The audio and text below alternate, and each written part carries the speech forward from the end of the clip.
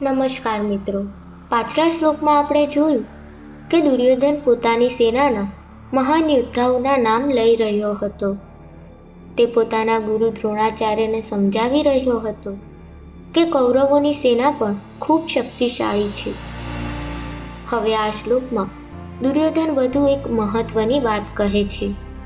શ્લોક 9.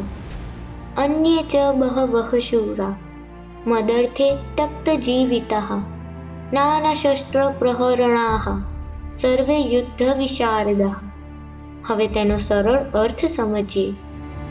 દુર્યોધન કહે છે, અમારી સેનામાં માત્ર થોડા યોદ્ધાઓ જ નથી, પણ ઘણા બીજા બહાદુર યોદ્ધાઓ પણ છે. તે કહે છે કે આ બધા યોદ્ધાઓ મારા માટે પોતાના પ્રાણ આપવા પણ તૈયાર છે. અર્થાત તેઓ યુદ્ધમાં જીત મેળવવા માટે પોતાનું જીવન પણ બલિદાન કરવા તૈયાર છે. દુર્યોધન આગળ કહે છે, આ બધા યોદ્ધાઓ વિવિધ પ્રકારના શસ્ત્રો અને હથિયારોમાં નિષ્ણાંત છે.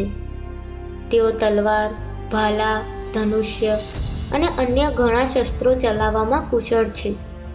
અને સૌથી મહત્વની વાત એ છે કે આ બધા યોદ્ધાઓ યુદ્ધ કલામાં ખૂબ અનુભવી અને નિષ્ણાંત છે.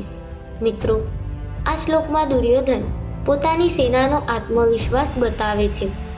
તે કહે છે કે તેની સેનામાં એવા યોદ્ધાઓ છે જે જીત માટે પોતાના પ્રાણ પણ આપી શકે છે.